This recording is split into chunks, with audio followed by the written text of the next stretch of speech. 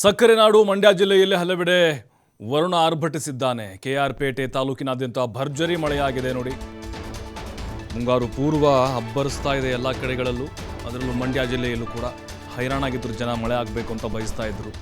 ಕಾವೇರಿ ನೋಡ್ತಾ ಇದ್ದು ನಾವು ಬರಿದಾಗ್ಬಿಟ್ಟಿದೆ. ಕೆಆರ್ಪೇಟೆ ತಾಲೂಕಿನಲ್ಲಿ ಭರ್ಜರಿ ಮಳೆಯಾಗಿದೆ. ಶೀಳನೆರೆ, ಮುರುಕನಹಳ್ಳಿ, ಮರಡಹಳ್ಳಿ ಸೇರಿ ಹಲವೆಡೆ ಭಾರೀ ಮಳೆ ಸುರಿದಿದೆ. ಒಂದೇ ಮಳೆಗೆ ರಾತ್ರಿಗೆ ಭರ್ತಿಯಾಗಿದೆ ಶೀಳನೆರೆ ಗ್ರಾಮದ ಕೆರೆ. ನೋಡಿ ಬತ್ತು ಹೋಗ್ಬಿಟ್ಟಿದ್ದು ಕೆರೆ, ನೀರೇ ಇರಲಿಲ್ಲ. ಈಗ ನೋಡಿ ಒಂದೇ ಒಂದು ಮಳೆಗೆ ತುಂಬ ಹೋಗ್ಬಿಟ್ಟಿದೆ. 6 ತಿಂಗಳಿನಿಂದ ನೀರಿಲ್ಲದೆ ಈ ಶೀಳನೆರೆ ಕೆರೆ ಖಾಲಿಯಾಗಿತ್ತು. ಈಗ ನೋಡಿ ಒಂದೇ ಒಂದು ಮಳೆ ಇದು ಯಾವ ರೀತಿ ತುಂಬ ಹರಿತಾ ಇದೆ ಅಂಥೇಳಿ. ಶೀಳನೆರೆ, ಮುರುಕನಹಳ್ಳಿ, ಮರಡಹಳ್ಳಿ ಸೇರಿ ತಾಲೂಕಿನಾದ್ಯಂತ ಎಲ್ಲ ಗ್ರಾಮಗಳಲ್ಲಿ ಬಹುತೇಕವಾಗಿ ಭಾರೀ ಮಳೆ ಆಗಿದೆ. ಅಲ್ಲಿ ಸ್ವಲ್ಪ ಸಮಸ್ಯೆ ಆಯಿತು ಜನ ಜಾನುವಾರುಗಳಿಗೆ.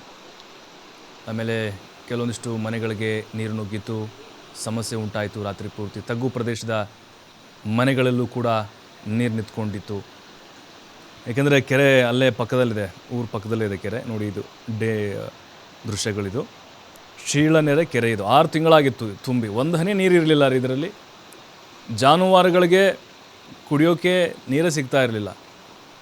ನೋಡಿ ಇಷ್ಟು ಸಾಕು, ಈಗ ಇಷ್ಟು ಸಾಕು ಆರಾಮಾಗಿ ಜಾನುವಾರುಗಳಿಗೆ ಮತ್ತು ಜನರಿಗೆ ಬಳಸಲಿಕ್ಕೆ ಒಂದು ಅನುಕೂಲ ಆಗುತ್ತೆ. ಮಳೆ ಆಗಲಿ ಅಂತ ಆ ಭಾಗದ ರೈತರು ಕೂಡ ಬಹಳ ದಿನಗಳಿಂದ ಕಾಯ್ತಾ ಇದ್ದರು.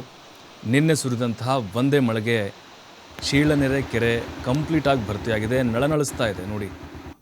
ಅಲ್ಲಿ ಸುತ್ತಮುತ್ತ ಇರುವಂತಹ ಜಮೀನುಗಳಿಗೂ ಕೂಡ ಈಗ ಒಂದು ರೀತಿ ಅನುಕೂಲ. ಈಗ ಬೆಳೀತಾ ಇರುವಂತಹ ಬೆಳೆಗಳಿಗೆ ಖಂಡಿತವಾಗ್ಲೂ ಇದರಿಂದ ಪ್ರಯೋಜನ ಆಗುತ್ತೆ. ರೈತಾಪಿ ವರ್ಗದಲ್ಲೂ ಕೂಡ ಒಂದು ರೀತಿ ಖುಷಿಯ ಸಂಭ್ರಮ ಮನೆ ಮಾಡಿದೆ. ಇನ್ನುಳಿದಂತೆ ಸಣ್ಣ ಪುಟ್ಟ ಸಮಸ್ಯೆಗಳಂತೂ ಆಗೇ ಆಗುತ್ತೆ ಈ ಸಂದರ್ಭದಲ್ಲಿ.